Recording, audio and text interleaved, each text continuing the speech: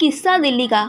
यह तो कोई दरिया नहीं, फिर नाम कैसे पड़ गया दरियागंज। रोचक कहानी। किस्सा दिल्ली का सीरीज के पार्ट 4 में आज हम आपको पुरानी दिल्ली के दरियागंज इलाके की कहानी बताने जा रहे हैं। यह कोई नदी या तालाब नहीं है, फिर इसका नाम दरियागंज कैसे पड़ गया, आइए आपको बताते हैं पूरी जानकारी। दिल्ली का दिल कहे जाने वाली पुरानी दिल्ली के दरियागंज इलाके का नाम सुनते ही किताबों की दुनिया, तंग गलियों की रौनक और मुगलकालीन इतिहास की तस्वीरें जहन में उभरती है। लेकिन क्या आपने कभी सोचा है कि इस इलाके का नाम दरियागंज क्यों पड़ा, जबकि यहाँ कोई भी तालाब या नदी नहीं दिखाई देती। आइए जानते हैं इस रोचक कहानी को। इससे नाम पड़ा दरियागंज। दरियागंज का नाम दो शब्दों में मिलकर बना है। दरिया यानी नदी और गंज यानी बाजार। इसका सीधा मतलब है कि नदी के किनारे का बाजार। यह नाम मुगल बादशाह शाहजहां के दौर से जुड़ा है।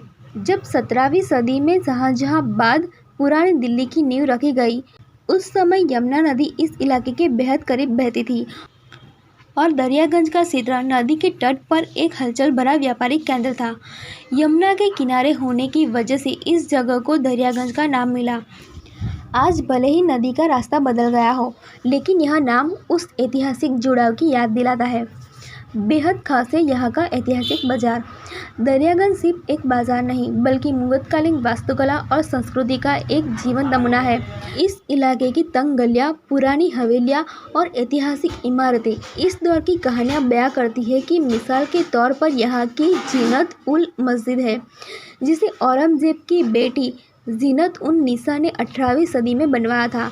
इसके अलावा दिल्ली गेट, जो शाहजहां द्वारा 1638 में बनवाया गया, ये शाहजहां बाद का दक्षिणी प्रवेश द्वार था और आज भी इस इलाके की शान बढ़ाता है।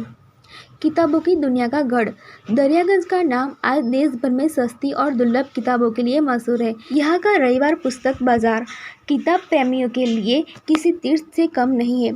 पहले यह बाजार फुटपाथ पर लगता था, लेकिन 2019 में दिल्ली हाई कोर्ट के आदेश के बाद इसे दिल्ली गेट के पास महिला हाट में शिफ्ट कर दिया गया। इस बाजार में आपको चेतन भगत से लेकर डैन ब्राउन तक, मेडिकल से लेकर साहित्य की किताबें तक सब कुछ सस्ते दामों में मिल जाता है। दरियागंज के इतिहास और उसकी सांस्कृतिक धरोहर का जिक्र कई किताबों में मिलता है, खास तौर पर राजेंद्र लाल हांडा की उर्दू किताब दिल्ली जो शहर था में पुरानी दिल्ली के दरियागंज का जिक्र है।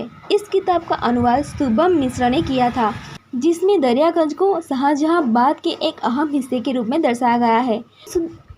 गुमशुदा तलाश केंद्र की पहचान।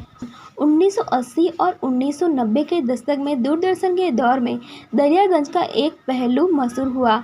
यहाँ की कोतवाली, जहाँ दिल्ली के गुमशुदा लोगों की रिपोर्ट दर्ज होती थी। दूरदर्शन पर फिल्में, चित्रहार और रंगोली जैसे कार्यक्रमों के बीच दरियागंज का नाम अक्सर गुमशुदा तलाश केंद्र के लिए उभर कर सामने आता था। यह पहचान भले ही आज धुंधली पड़ गई हो, लेकिन उस दौर में इसने दरियागंज को हर घर में मशहूर किया था। आज का दरियागंज पुराने और नए का संगम। आज दरियागंज पुरानी दिल्ली का एक ऐसा हिस्सा है जो अपने ऐतिहासिक आकर्षण को बरकरार रखते हुए आधुनिकता को गले लगाता है। यहाँ की भीड़भाड़, ट्रैफिक और व्यस्त बाजार की इसकी जीवंतता का सबूत है। दिल्ली गेट मेट्रो स्टेशन की मौजूदगी इसे आसानी से पहुंचने में योग्य बनाती है और लाल किला, जामा मस्जिद और चांदनी चौक जैसे ऐतिहासिक स्थल इसके आकर्षण को बढ़ाते हैं। दरियागंज सिर्फ एक इलाका नहीं, बल्कि दिल्ली की धड़कन है। इसका नाम यमुना नदी के प्रेरित होकर पड़ा, लेकिन इसकी पहचान आज किताबों, संस्कृति और इतिहासों से बनी है। चाहे आप किताबों के शौकीन हो या इतिहास के दीवाने, दरियागंज की गलियों में आपके लिए कुछ न कुछ ज़रूर है। अगली बार जब आप यहाँ आए तो इन गलियों में ज़रूर घूमें।